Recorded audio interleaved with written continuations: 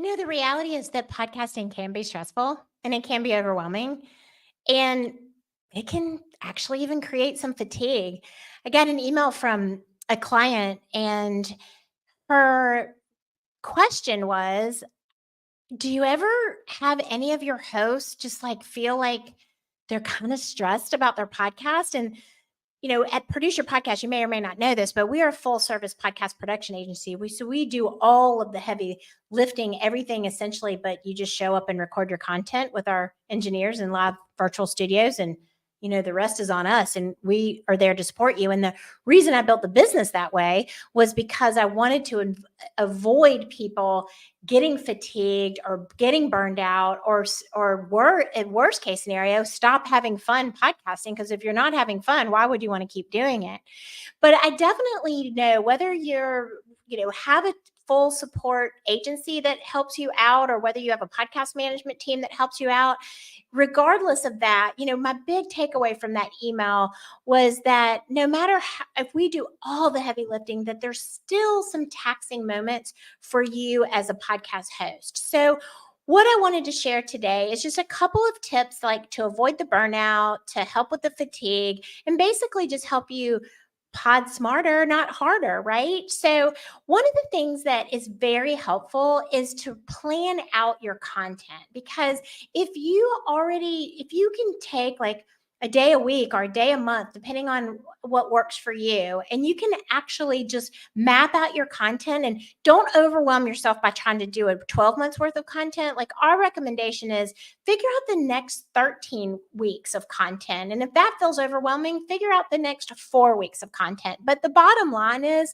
that the more content pieces that you have planned, the less stressful it will be when you have to show up to that mic to record. And then you also want to remember in the times that you're feeling frustrated or you're feeling overwhelmed, and maybe that you're just like, oh, I can't podcast today. I just can't.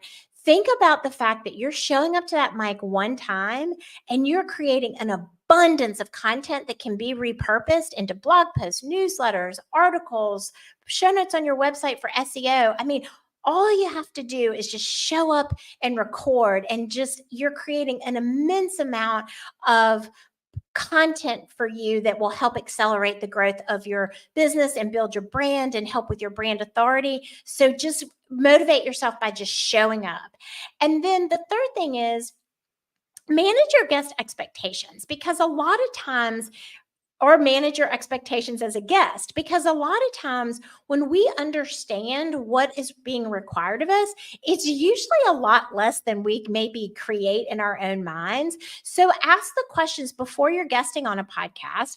Ask the questions of whether or not you need to be prepared, or if there's a list of questions you review in advance so that your stress level is lower. And if you're interviewing a guest, manage their expectations. Have a conversation with them either pre-call or right before you start recording, so that you are setting yourself up for success with the interview, but you're also setting them up for success as well.